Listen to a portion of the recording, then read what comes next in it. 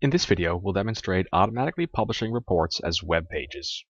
To make the most of this exercise, you'll want to enable XLReporter's website portal to view the reports.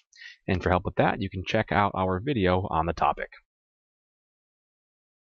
Okay, so to publish a report as web pages, we need to add an action into the schedule. So we'll open up the schedule designer, and the action we want to add is under Publish Reports, and it's Save Workbook to Web Page.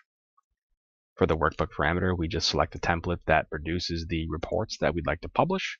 And for target, I'll leave that blank. That way, my web page files will follow the same naming convention as my Excel workbook reports. If you'd like to set a different convention for the web reports than what you have for workbooks, you can do that here in the target parameter.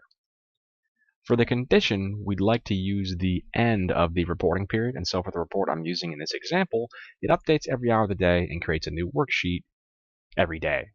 So I'll run the save to web page at 11 p.m. right after the final update occurs to each worksheet.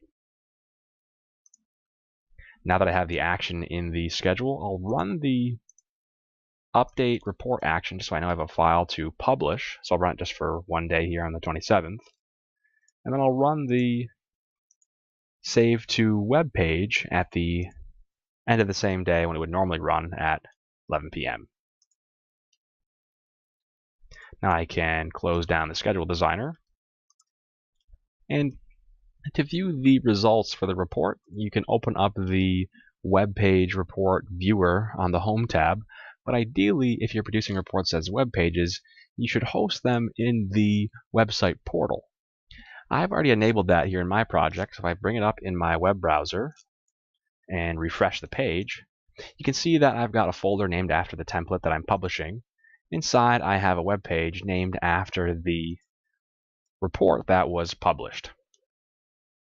In format, it's identical to the Excel workbook version. And so the process of publishing reports as web pages is as simple as adding a single action into the schedule. Now, all we have to do is start the scheduler, if it's not already running, and let XLReporter update and publish the report automatically.